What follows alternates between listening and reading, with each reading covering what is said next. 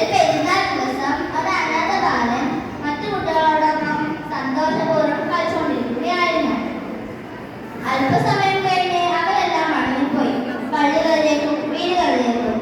തനിക്ക് മാറിപ്പോലെ പോകാൻ കഴിയുന്നില്ലല്ലോ എന്നോർത്ത് സങ്കടപ്പെട്ട് കരയുമ്പോഴാണ് നമ്മുടെ മഹാനായ റസൂൽ കരീം സല്ലല്ലാഹു അലൈഹി വസല്ലം വന്നത്.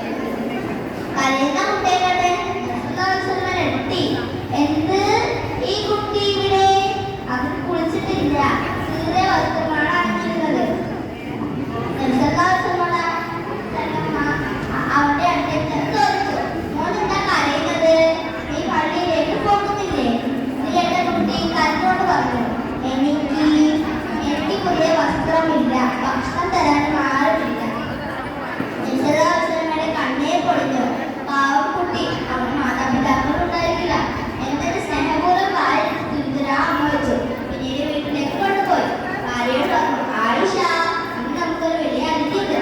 ആയിഷ റളിയല്ലാഹു അൻഹ വളർന്നു വന്നപ്പോൾ ഈ അനാഥ ബാലനെയാണ് കണ്ടത്. അവരെ കണ്ട് മനസ്സറിഞ്ഞ ആയിഷ റളിയല്ലാഹു അൻഹ ഓടിച്ചെന്ന് ഉമ്മ വെച്ചു. പിന്നീട്